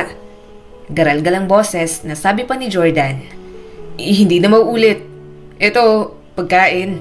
Pinagluto kita ng paborito mo. Magkaibigan tayo, di ba? Please naman, Nikki. Huminga siya ng malalim. Paano niya ba matitiis ang isang Jordan? Kuhang-kuha na nito ang kanyang puso. Kaunting suyo lang, yon at nakikita niya ang kanyang sarili na nakikipag-ayos dito. Muli silang nagpatuloy sa goal nila na makapagpapayat ito. At habang tumatagal, mas lalo pang nababawasan ang timbang ni Jordan. Masaya siya para sa binata. Malayo pa sa pagiging fit pero malaki na rin talaga ang ibinawas sa timbang nito. May bala kang mag-abroad? Tanong ni Jordan sa kanya. Tumango naman si Nikki. Oo, nag-aasikaso na ako ng mga papeles para pasa na lang ng pasa sa mga agency. Bakit ka pa alis? Bahagyang dumaan ang lungkot sa mukha ni Jordan. Kailangan mo ba ng trabaho? Bibigyan kita ng trabaho tapos dodoblehin ko ang sahod mo. Ayoko. Sagot agad ni Nikki. Gusto niyang mag-abroad para sa kanyang sarili para masabi niya naman na may narating siya. Pero isa rin sa dahilan kung bakit gusto niyang umalis ay dahil kay Jordan. Umaasa siya na kapag lumayo na siya, makakalimutan niya na rin ang binata. Ayaw niyang mas mapalapit pa rito dahil hindi naman ito masusuklian ang kanyang pagmamahal. Gustong-gustong tanggapin ni Nikki ang inaalok nitong trabaho. Sobrang ganda ng offer, makakasama niya pa araw-araw si Jordan. Pero hanggang doon lang yon at dadagdag lang yon sa kanyang mga pantasya kapag nanatili siya rito. Nasaan ka na ba, Jordan? Ang tagal mo. Medyo naiimbiyar na ako ha. Sabi ko naman kasi sa'yo, ako na lang ang pupunta dyan sa kondo mo. Bakit susunduin mo pa ako dito sa amin? Medyo naiinis na tanong ni Nikki habang kausap niya ito mula sa kabilang linya. Natawa naman ang binata. Eto na nga, papunta na. Driving na. Hinanda mo ba lahat ng gamit mo? 3 days tayo ron. Oh, bakit? Ano bang gusto mo? Buong cabinet ko dadalhin ko na? Pamimiloso po niya pa. Humalakhak muli ang binata. Ang ikli ng pasensya mo. Ikaw lang ang nakakaganyan sa akin. 2 taon na tayong magkaibigan. Kilala na kita at mas madalas nakakainis ka na kaya bilisan mo na. Bakit ba naman kasi kailangang isama pa ako sa wedding ng kapatid mo? Hindi naman ako abay doon. Reklamo niya pa. Sumagot naman agad si Jordan. Oo, malapit na ako sa inyo. Nagluto pa ako ng pagkain mo. Kilala kita. Pagkain na luto ko lang ang magpapatanggal ng init ng ulo mo. Matagal na kitang gustong ipakilala. Saka tinatanong ka na nga rin ni Mama since palagi nga kitang nababanggit. Alam nilang ikaw ang tumutulong sa akin magpapayat. Hindi pa nila nakikita ang bagong itsura ko. Napanguso naman si Nikki. Ang yabang, porke macho ka na. Malakas naman itong tumawa. Ikaw ang nagsabi niyan, hindi ako. Napairap si Nikki. Oh, sige na, hihintay na lang kita dito. Bilisan mo. Ibababa ko na to. Magmaneho ka na dyan. Opo, madam. Bossy mo. May bahid ng saya, nasabi pa ni Jordan. Pagkatapos ng tawag, huminga siya ng malalim. Hindi niya alam kung paano niya puputulin ang connection kay Jordan. Natulungan niya na naman ito. Okay na rin ito at kaya nang mag-gym ng mag-isa. Mahigpit na rin ang disiplina sa sarili, pati na rin sa lifestyle nito. Kung tutuusin, hindi na siya kailangan ni Jordan. Subalit tinuturing siyang kaibigan ng binata. Kapag wala itong magawa, siya palagi ang unang naiisip puntahan at ayain. Kaya ang puso ni Nikki mas lalo lang talagang nahulog. Ayaw niya ng mas lalo pang lumalim, kaya kailangan niya na talagang makaalis. Baka umabot pa sa punto na umikot lang kay Jordan ang kanyang buhay. Yun ang isang bagay na ikinakatakot niya. Nikki! Tawag sa kanya ni Jordan at bumaba ng sasakyan nito. May pagtanggal pa ng shades na parang model sa magazine. Umismid naman siya at mahinang sinapak ang tiyan nito. Ouch! Nakangiting sabi ni Jordan. Alam kong nakikita ng abs ko dyan at medyo matigas na pero palagi mo na lang sinusuntok sa tuwing nagkikita tayo. Pwede bang haplos na lang? Napairap naman si Nikki. Tigilan mo ako. Ang aga-aga pa, Jordan. Tara na. Tumawa ito at muli namang sumakay sa sasakyan. Medyo malayo ang pupuntahan nila. Kailangan pang sumakay ng eroplano kaya talagang mahaba-habang biyahe. Ikaw na ba si Nikki? Nakangiting tanong ng mama ni Jordan. Napangiti si Nikki at tinanggap ang kamay nito. Opo, ako nga po. Kayo na ba? Biglang usal ng nanay ni Jordan. Nanlaki naman ang kanyang mga mata. Galing sa maayos at mayamang pamilya si Jordan. Alam niyang hindi siya magugustuhan ng mga ito para sa binata. Pero yon at mukhang inaasahan pang maging sila. Ma, magkaibigan lang po kami. Inakbayan pa siya ni Jordan. Saka, alam mo naman po na may nililigawan ako ulit. Napabuntong hininga ang nanay ni Jordan. Hanggang ngayon, gustong-gusto mo pa rin si Christy? Anak, maghanap ka na lang ng iba. Naka-move on na naman ang lahat. Saka, hindi ba't may third party? Ngumiti lang si Jordan. Matagal na yun, ma. Napatawad ko na siya sa nagawa niya. Gusto kong bigyan ng chance ang relationship namin nun. Alam ko may pagkukulang ako kaya naghanap siya ng iba. Kaya this time, okay na ako. Gusto kong patunayan ang sarili ko. Gusto ko ulit siyang mahalin, ma. At ganun din siya sa akin. Bahagyang nawala sa mood si Nikki. Hindi naman naging lihim sa kanya iyon. Alam niyang gustong sumubok ulit ni Jordan kay Christy. At wala naman siyang ibang magagawa roon. Kung gusto pa rin magpauto ulit ni Jordan, hahayaan niya na lang. Total ay hindi rin naman marunong makinig. Masyadong mahal si Christy para makita ang mga mali noon. Gusto pang bigyan ng chance. Wow! Umawang ang bibig ni Jordan nang makita siya. Anong suot yan? Tiningnan naman ni Nikki ang sarili. Suot niya ang isang ivory silk na long dress. Sobrang simple lang yon at sinuklay niya rin ang medyo humahaba niya ng buhok. Ayaw niya sanang maglagay ng makeup, pero nang makita siya ng mama ni Jordan, sinama na rin siya sa mga inayusan. Bakit? Pangit ba? Tanong niya kay Jordan. Naibaba nito ang cellphone mula sa tenga. Pinasadahan siya ng tingin mula ulo hanggang paa. Ang ganda mo. Natawa naman si Nikki. Masyado kang gulat na gulat. Maganda naman talaga ako ah. Napangiti si Jordan at hindi matanggal ang titig sa kanya. Pero extra ngayon. Maganda ka talaga. Maganda kapag nakadress ka. Maganda ka naman kahit anong suot mo. Pero ngayon, mukha kang babaeng babae. Napailing na lang siya at nilagpasan ang binata. Maya-maya nag-start na rin ang wedding ceremony. Nasa unahan si Jordan habang nasa likod naman si Nikki. Gayunpaman, nakikita niya pa rin na panay ang lingon sa kanya ni Jordan. Anong problema nito? Natatawa niyang tanong sa sarili. Basta sa kahit na ano, palagi na silang magkasama. Pero nang magsimula ng mag-date muli sina Jordan at Christy, nabawasan na ang pagkikita nila ng binata. Hindi na rin siya umaasa sa oras nito. Naging abala na rin naman siya sa pag-a-apply sa mga agency, kaya nawala na sila ng oras sa isa't isa. Sinasabi ko sa iyo, Nikki, hindi ko ina-expect to. Sabi ni Jordan habang nakangiti ng matamis. Si Christy mismo ang nagsabi sa akin. Gusto niyang bigyan ng isa pang pagkakataon ng dati naming relationship. Ito nang hinihintay ko. Binilit ngumiti ni Nikki. Mabuti naman, Jordan. Masaya ako para sa'yo. Gusto niyang maging masaya para kay Jordan, pero ang katotohanan, parang kutsilyo sa dibdib niya ang marinig ang mga salitang yon mula sa binata. Sumandal ang binata sa upuan. Excited na ako, Nikki. Hindi ko nga akalain na darating kami rito, na may second chance pa para sa aming dalawa. Tumango si Nikki. Ang mga daliri ay dahan-dahang dumadaan sa gilid ng tasa ng kanyang kape. 2 taon niya nang itinatago ang nararamdaman para kay Jordan. Nagpapanggap na sapat na ang pagkakaibigan nila. Ngunit ngayon, habang nakaupo siya sa tapat nito at nakikinig sa mga kwento ni Jordan tungkol kay Christy, parang hindi niya talaga kaya. Wow, maganda yan, Jordan. Sabi niya na puno ng pagpapanggap. Masaya ako na gumaganda ang lahat para sa'yo. Hindi napansin ni Jordan ang banayad na tensyon sa boses ni Nikki. Oo nga, kabado rin ako. Pero sa tingin ko, magiging maganda na this time ang lahat para sa aming dalawa. Ngumiti si Nikki pero hindi yun umabot sa kanyang mga mata. Hindi niya na kayang magpatuloy, hindi niya na kayang magpanggap na ayos lang. Nang mga oras na yon, hindi niya na napigilang magsalita. Aalis na ako next month. Nagguluhan naman agad si Jordan sa kanyang sinabi. Aha? Ano? Aalis ka? Saan ka pupunta?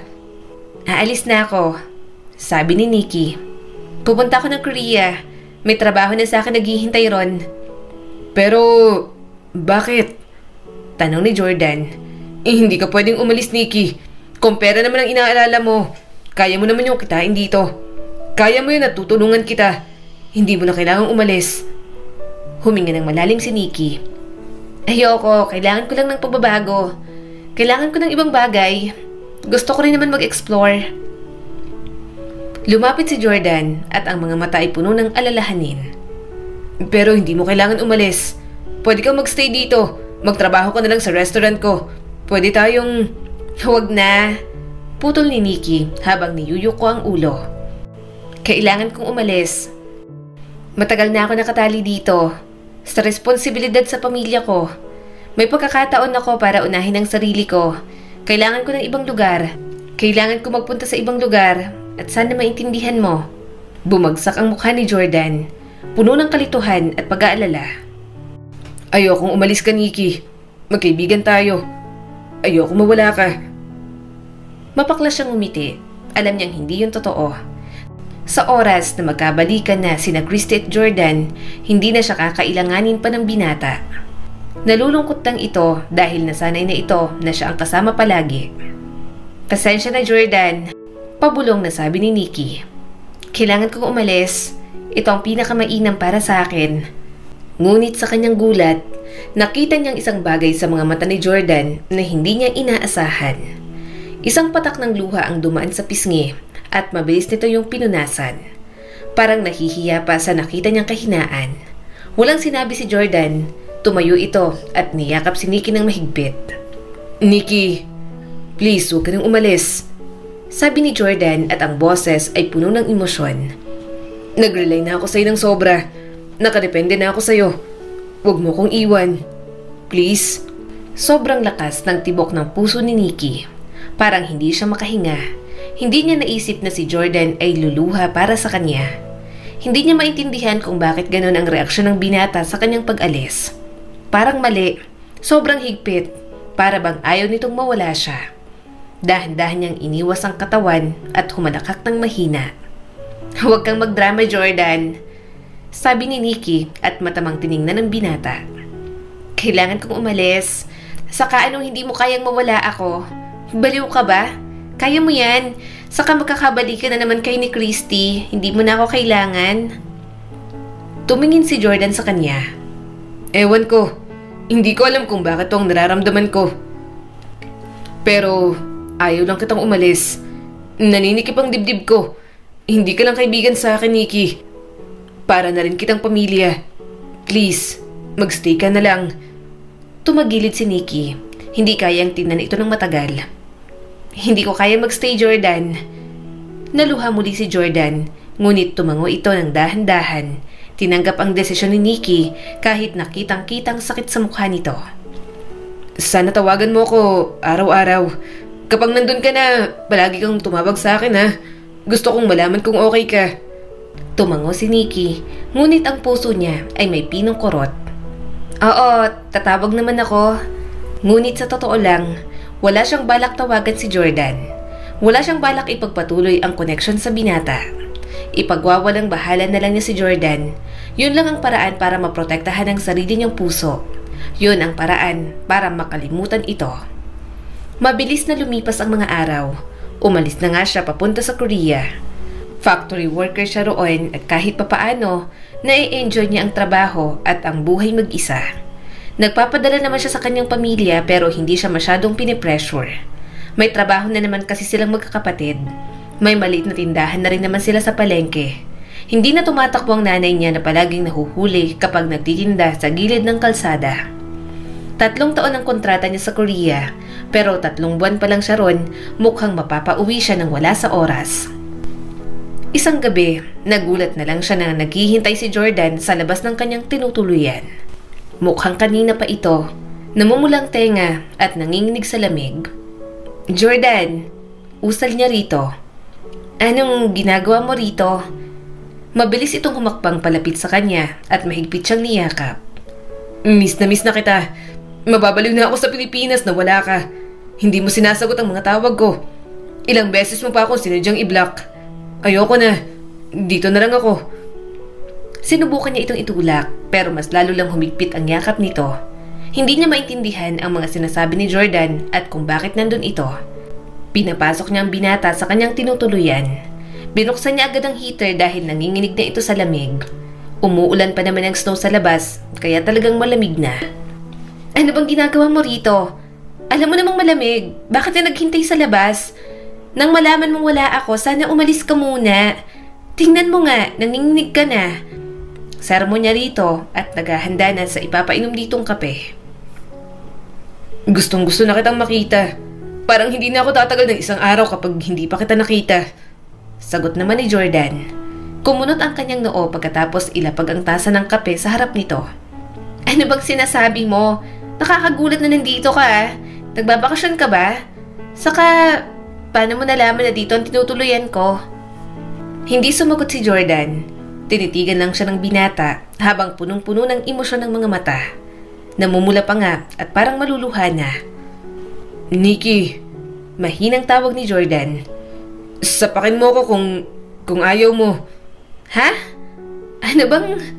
Hindi na naituloy ni Nikki ang sasabihin. Bigla na lang kasi siyang hinalikan ng binata. Malalim agad at punong-puno ng pananabik. Masyadong agresibo para sa kanyang first kiss. At namalayan niya na lang na ibinabalik niya ang ginawa ng binata sa kanya. Akala ni Nikki na ka-move on na siya, pero mas lalo lang siyang nahulog sa bawat araw na nangungulila siya kay Jordan. "Bakit mo ginawa to?" Frustrated niyang tanong kay Jordan pagkatapos ng halik.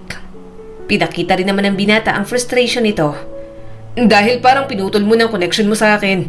Nasasaktan ako. Hindi ko kaya kaya pinuntahan kita." "Baliw ka ba?" Garal-galang boses na tanong ni Nikki. "Hindi ba't si Christy ang mahal mo? Bakit mo ako hinalikan? Magkakabalikan na nga kayo, di ba?" Hinawakan ni Jordan ang mga braso niya bago bumaba sa kanyang bewang. Akala ko si Christy pa rin ang mahal ko. Gusto kong makipagbalikan pero pakiramdam ko dahil na lang sa ego ko yun na tinapakan niya. At napagtanto ko na nagkumahog na lang naman siyang pabalik sa akin kung kailan hindi na ako mataba at kaya niya nang maipagmalaki. Pero nang nawala ka, Nikki, walang hiya. Saka ko lang na-realize na mahal kita. Handa akong iwan lahat, makasama ka lang. Tuluyang tumulo ang mga luha ni Nikki. Pinilit kong umalis kasi ayoko makita ko kayo. 2 taon na kitang mahal, pero alam kong kaibigan lang ang turing mo sa akin. Kahit mataba ka pa, mahal na kita. Unang kita ko pa nga lang sa'yo. Crush na kita, Jordan. Humalakak ang binata at sinapo ang kanyang mukha. Talaga? Mahal mo rin ako. Mahal din kita. Marami kang binago sa buhay ko. I'm sorry. Ngayon ko lang na-realize. Mahigpit siyang niyakap ni Jordan. Pakiramdam ni Nikki, nananaginip lang siya. Pero ang init ng pagmamahal ng taong mahal niya, ramdam na ramdam niya, kaya alam niyang katotohanan iyon. Dahil gusto niyang tapusin ang kontrata, pumayag na muna si Jordan na LDR muna sila. Madali namang makabisita sa kanya ang binata kapag miss na siya. May pera, kaya may pangsuporta sa kalandian. Kaya kapag bumibisita ito sa kanya, sinasabihan niya na clingy. Hindi naman ito itinatanggi. Nang makauwi, ilang buwan pa lang ang lumilipas, inaya na agad siyang magpakasal. Hindi na nagdalawang isip si Nikki. Tinanggap niya na agad ang gusto nitong mangyari. Gusto niya na rin namang maikasal kay Jordan. I love you, Nikki. Nakangiting sabi sa kanya ni Jordan. Salamat sa pagdating sa buhay ko. Napangiti rin siya at hinalikan ang kanyang asawa. Mahal din kita. Hindi lang ako ang may binago sa buhay mo. Ikaw rin sa akin, Jordan. Ang kwentong ito ay nagpapaalala sa atin na minsan nakikilala natin ang mga tao sa mga hindi inaasahang pagkakataon. Pero kahit ganon, atin na lang isipin na maaaring maging bahagi sila ng isang mas malaking plano para sa ating mga buhay. Muli, eto po si Skylar Guro at sana may bago na naman kayong natutunan sa kwento natin ngayon. Maraming salamat po.